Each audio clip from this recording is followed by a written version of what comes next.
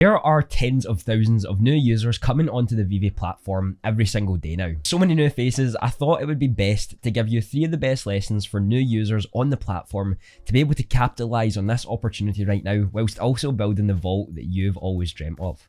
So let's get started on that. Welcome in everyone, my name is Andy and I appreciate you taking some time out of your day to come and watch this video on the channel. Just before we get started, if you do enjoy this content and you want to learn more about the crypto, finance and NFT space, then I'd love for you to be a part of this community, and you can do that by subscribing to the channel. We've been confirmed that there's around 20 to 40,000 new users coming on VeVe each day, and that means there's probably a lot of you who are searching on YouTube to find some of the best tips and tricks that you can get, especially when you're first starting out. And I understand the sort of easier ones are still just going to be known by you, what you need to do, maybe what you need to look for. I'm going to try to give you 3 sort of maybe obscure ones that you might not think of too much, but how you can actually capitalize further on this opportunity that we have right now. VeVe is a complete ecosystem within itself because we aren't actually on OpenSea, we aren't on Immutable, so you can't really see and gauge how things work differently. It's its own market, just like the FIFA market would have or the NBA market would have if you're buying people for your team. And that's why things work maybe a little bit differently on here than it does to OpenSea, or if this is your first time ever looking at NFTs, then you're not going to have that much of an idea on how to take advantage. First one is to actually dive into the Twitter community specifically.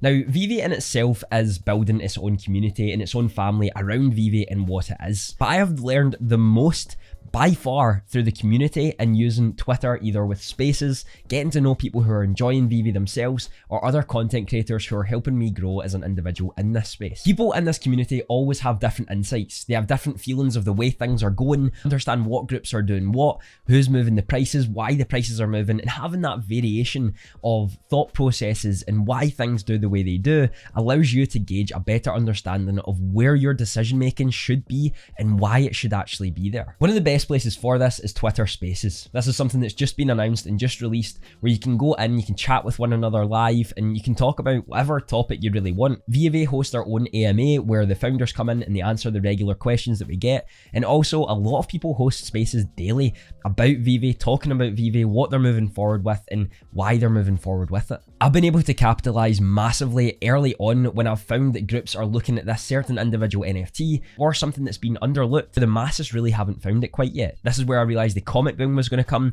and also the importance of FA, especially for Batman Black and White series. By doing this as a whole, you're going to keep the most up-to-date information that you possibly can when it comes to VeVe, because there are no real spaces in the app that tells you all the updates that are coming or things that are happening.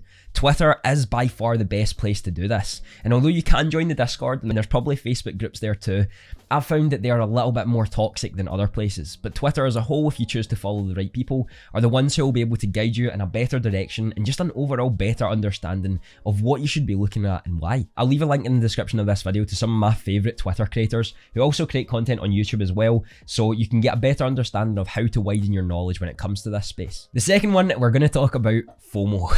Now, FOMO is the fear of missing out, and especially in the NFT space where money can be made, well as being able to capitalize on some situations that happen pretty quickly, then FOMO does exist massively. When things are dropped on the marketplace, they often sell out in under a second, meaning you don't actually have that much of an opportunity to take your time to buy something, to mint something, but you have to go for it right there and then, and you might not get it. And this also might be something that you've really wanted for a long while. So when the market opens back up after it's been closed for the drop, you instantly go to buy in with what you're wanting to do. And I'm going to tell you, this is probably the wrong move to make, especially right away. When we're talking about the market specifically and things that have just been dropped and when the market opens again, what we often see is a massive price with a start off. It goes down very quickly when everyone is just seeing that the market is opening again. When this happens, the price drives down very, very quickly for the first maybe 5 to 10 minutes until it sort of stabilizes at a floor where more people are buying than people are listing. And that means we've got our first layer of foundation when it comes to this floor price. After that, we can sometimes quickly see a massive increase again after it's reached this first foundational level, and we can see a small dip once again after people have bought in, they've got something that they've wanted, and then we sort of find our general foundational level after about 20 to 25 minutes of the market being opened. We usually stay at this level for a little while until something can happen that can either drive down the price again or can actually slowly increase the price organically. So it really depends on what the collectible is, why people are after it, and what sort of things are happening, whether that be manipulation of the price through whales, deals, or just generally people are selling off because they don't really see the long-term value in it. FOMO can be really hard to judge because when the market opens back up, you need to understand better of what the marketplace is. But my advice here is that if you're someone who really wants a collectible, don't buy it as soon as the market is released. Maybe even leave it about an hour before you actually figure out about what you're wanting to do and where the price seems to be moving. And that will give you a better understanding of maybe if you should wait a little bit longer, if it's time to get in and just keep. If you're holding for the long run, the timing doesn't really matter after that period of time, because no matter what you're doing, you're holding it for a while. So even if it goes down or up, which it inevitably will at some points, then you're convicted with your plan because you want this collectible. For people who are flipping, there's a whole plethora of things that you're doing and wanting to make that profit. Now, I will be making a better in-depth video for more advanced people, but if you're just new to this platform, it's going to be quite hard to understand why the market does what it does right away, but I will do my best to explain that in a future video, so be sure to subscribe if that's something that you'd like to learn about. The other instance of FOMO is when manipulation happens. Now, this has happened for a lot of things, but the reason it can happen is because people who have a significant amount of money have a lot of power in this space right now. If we take something like a Bored Ape Yacht Club where you're having to pay around $230,000 just for one, when we compare that with the Marvel's Comic One, one of the most sought after comics on VeVe right now, sitting at only 220 gems or $220, then you can see why people with a lot of money can buy a lot more in a very short space of time with actually not that much capital. This is where FOMO kicks in even further for the average user, and where most of the time they actually lose out on this situation. Because if whales buy up all the floor prices and create a massive surge in price, people see that surge happening and therefore FOMO into it as well, driving up the price even further. But inevitably what happens is this price stops at a certain instance and then kind of crashes after that, because people who have manipulated price are now selling off to get some of the profits that they have just made. If this does happen and you see things absolutely driving up, it's probably too late for you to get in. Yes, you might make some profit by buying right there and then, but you may have also just bought the top where the price is going to surge down. I know I've done this before, and I know a lot of you have too. I bought Superman way back at around 650, and he went back down to around 200 for about 2 months before rising above that again. I stayed convicted because I knew Superman would rise above that, but at the time I did buy at the high because of FOMO. That happens to a lot more of us than you think. So be smart about what you're doing and don't buy when prices are absolutely surging up quickly, because more likely or not there's some manipulation going on, as well as the average investor FOMOing back in to what's been happening. And the final one is maybe obvious to some, but not to others, and this is lower mints sell for more. In the physical world, when we look at something like comic books, we can see that their grading determines their value and their price. So on VeVe right now, the way that people often determine the value or the price of something, especially when it's the same as the others, if it's the common, rare, ultra rare, uncommon, anything like that, is the mint number that you do get with it. Now, the mint numbers start around 41 at the moment, and maybe it's actually up now to 81. It might be a bit higher than that. I'm not 100% sure, but VeVe do take the first sort of 40 or 80, whatever it is for a certain situation.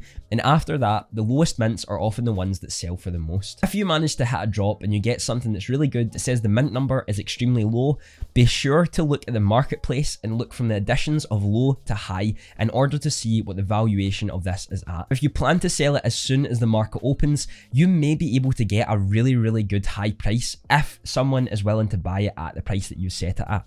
But please do not put it at the floor price, as it's just not worth it. Often what we find is sub 1000 mints often go for a little bit more than anything above that. When we come to sub 150 mints, that's when it really starts to drive up the price. And even with the sub 100 mints, that's where the maximum premium price that you're going to get for whatever collectible you have will be.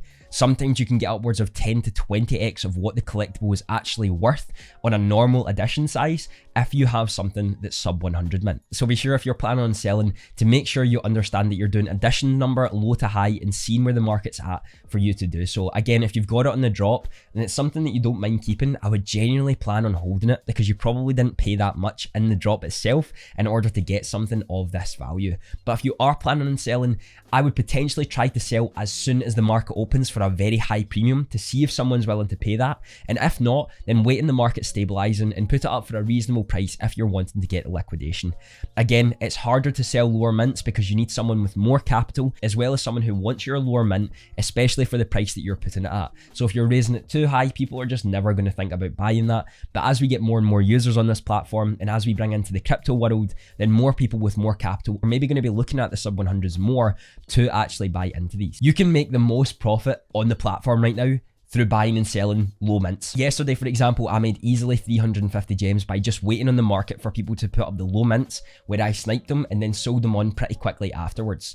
This wasn't that hard to do, but I know that a lot of people don't actually look at the mint numbers that they get and are just listing them for what the floor price is at. Your mint number matters. Make sure to pay attention to that and you'll not lose out on a lot of profit that you could have made from simply just taking some caution and seeing what your mint number is. There's a lot more tips that I could give to people who are new on the platform, and there's a lot more simple tips that I could also give just for you to understand it. And I will be making a sort of introductory course video on how to get started in VeVe and how to actually understand it as a whole. But as of right now, these are 3 that I believe that can truly help you move forward in this space and continue to capitalize on the opportunity that we have. Let me know some of the best tips you have for new users on the platform. I might even make a part 2 to this video. Another video on the screen, it will be something you'll love to watch. Have a fantastic day.